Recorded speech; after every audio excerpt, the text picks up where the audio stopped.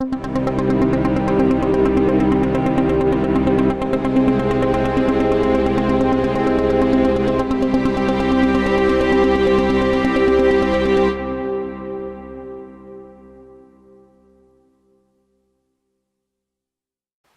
silhouette.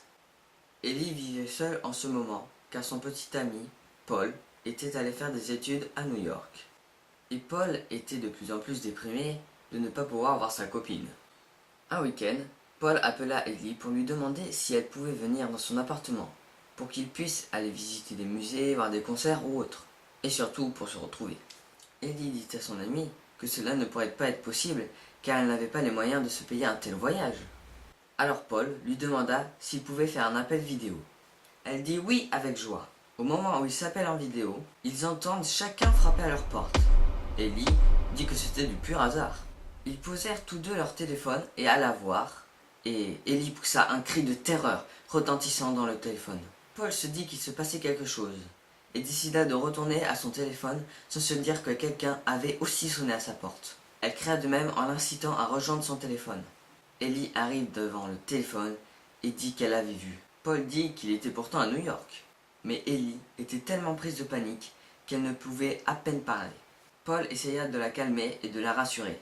Ellie dit à Paul en chuchotant qu'elle voyait une silhouette dans son jardin de couleur rouge et que le visage ressemblait à lui. Paul dit alors, c'est peut-être un copain qui lui fait une blague et qui avait mis un masque qui lui ressemblait. Ellie, surprise de peur et d'horreur, dit à son copain que cette silhouette la regardait et la montrait du doigt. Paul commença à se poser des questions et lui dit de lui montrer discrètement via le téléphone cette mystérieuse silhouette. Elle lui montra et la silhouette se rapprocha de Ellie d'une grande vitesse. La caméra du téléphone tomba sur le parquet de la maison d'Ellie, ce qui faisait écran noir. Et de plus, Paul entendit des cris de terreur et de panique de sa copine. Et d'un seul coup, le silence. Paul n'arrivait pas à dire un mot. Soudainement, il se souvient que tout à l'heure sa porte avait sonné. Il commença à paniquer à son tour et ne voulut pas ouvrir sa porte. Il s'est alors dit qu'il allait tout barricader. Et en barricadant sa baie vitrée, il vit la même chose que sa petite amie lui avait décrit. Une silhouette rouge avec la tête d'Ellie.